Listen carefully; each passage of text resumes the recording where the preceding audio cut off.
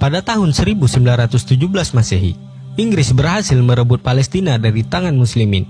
Tidak beberapa lama, Menteri Luar Negeri Inggris, Arthur Balfour, mengeluarkan deklarasi untuk gerakan dan Zionis menjanjikan dukungan Inggris dalam pembentukan negara Yahudi di Palestina.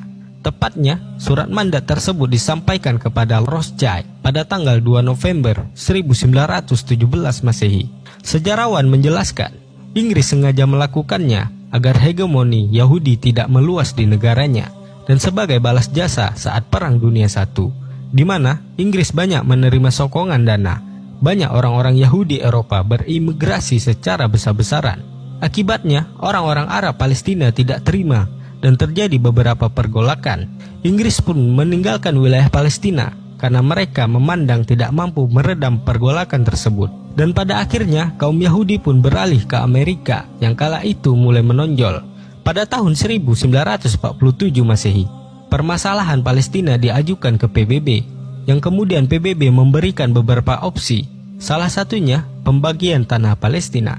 Orang-orang Yahudi di Palestina menerima rencana itu dengan sukacita, sementara orang-orang Arab dengan keras menolak ketidakadilan ini. Dalam pandangan mereka, itu sama saja dengan merampas tanah yang telah mereka miliki secara historis sejak terjadinya Perang Salib dan menyerahkan kepada minoritas pendatang Yahudi. Ketegangan pun kembali meningkat di antara kedua belah pihak.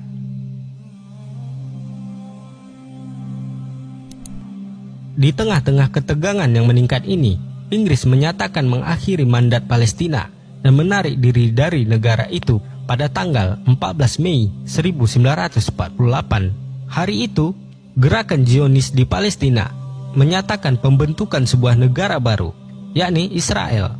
Negara-negara Arab menyatakan penolakan mereka terhadap deklarasi dan menyerang Israel. Kemenangan pun diraih oleh negara-negara Arab yang terdiri dari Mesir, Suriah, Yordania, dan Irak. Namun Amerika dan negara-negara barat lainnya mengumumkan gencatan senjata kepada kedua belah pihak. Hal ini pun disetujui negara-negara Arab. Namun, kaum Zionis melanggar perjanjian ini dan langsung menyerang lawannya. Akibatnya, Arab menerima kekalahan. Akibat dari Perang Arab-Israel tahun 1948 Masehi, menciptakan masalah pengungsian besar-besaran di Timur Tengah.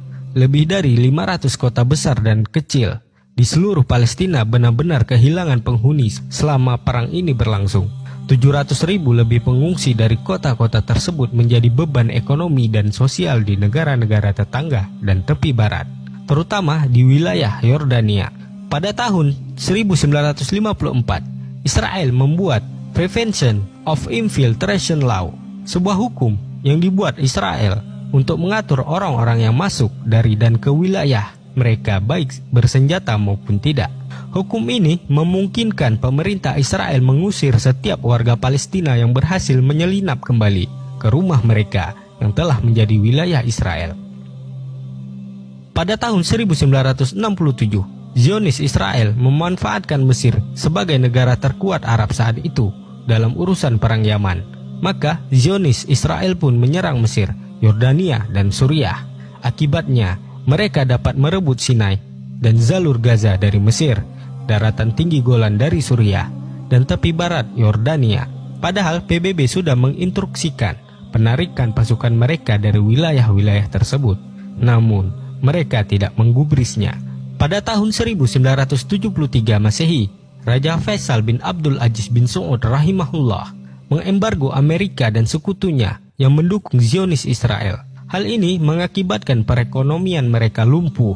Namun, pada tahun 1975 Masehi, beliau pun wafat di tangan keponakannya sendiri, yakni Faisal bin Musayyid. Namun yang jelas, akibat dari embargo tersebut, kemenangan besar pun diraih negara Arab untuk mengambil wilayahnya kembali yang direbut Zionis pada tahun 1967. Melihat keadaan mulai sempit, negara Amerika mengumumkan gencatan senjata dan berjanji akan menjamin penarikan mundur pasukan Zionis secara teratur. Hal ini disetujui oleh negara-negara Arab. Namun seperti biasa, Zionis mengkhianati perjanjian tersebut. Hal ini membuat negara-negara Arab kecewa. Pada tahun 1979 Masehi, Anwar Sadat, presiden Mesir saat itu, menandatangani perjanjian damai Mesir dan Israel. Akibatnya, negara-negara Arab memutuskan hubungan dengan Mesir. Maka berakhirlah perlawanan negara-negara Arab akibat pengkhianatan. Namun tidak untuk rakyat Palestina. Mereka terus berjuang demi tanah suci mulia ini hingga saat ini. Inilah beberapa kutipan sejarah yang dapat kami ungkap tentang sejarah Palestina. Semoga kita dapat mengambil pelajaran dari peristiwa ini dan tidak lupa mendoakan saudara-saudara kita di negeri Syam, terkhusus Palestina dan Suriah, dan wilayah-wilayah kaum muslimin lainnya. Dan janganlah kita menuduh ataupun mencari kesalahan negara-negara Arab. Sejatinya mereka terus memikirkan bagaimana membantu Palestina, baik dengan material ataupun doa. Oleh karena itu, jagalah lisan dari perkara fitnah, karena kelak kita akan diminta pertanggungjawaban. Wallahu a'lam.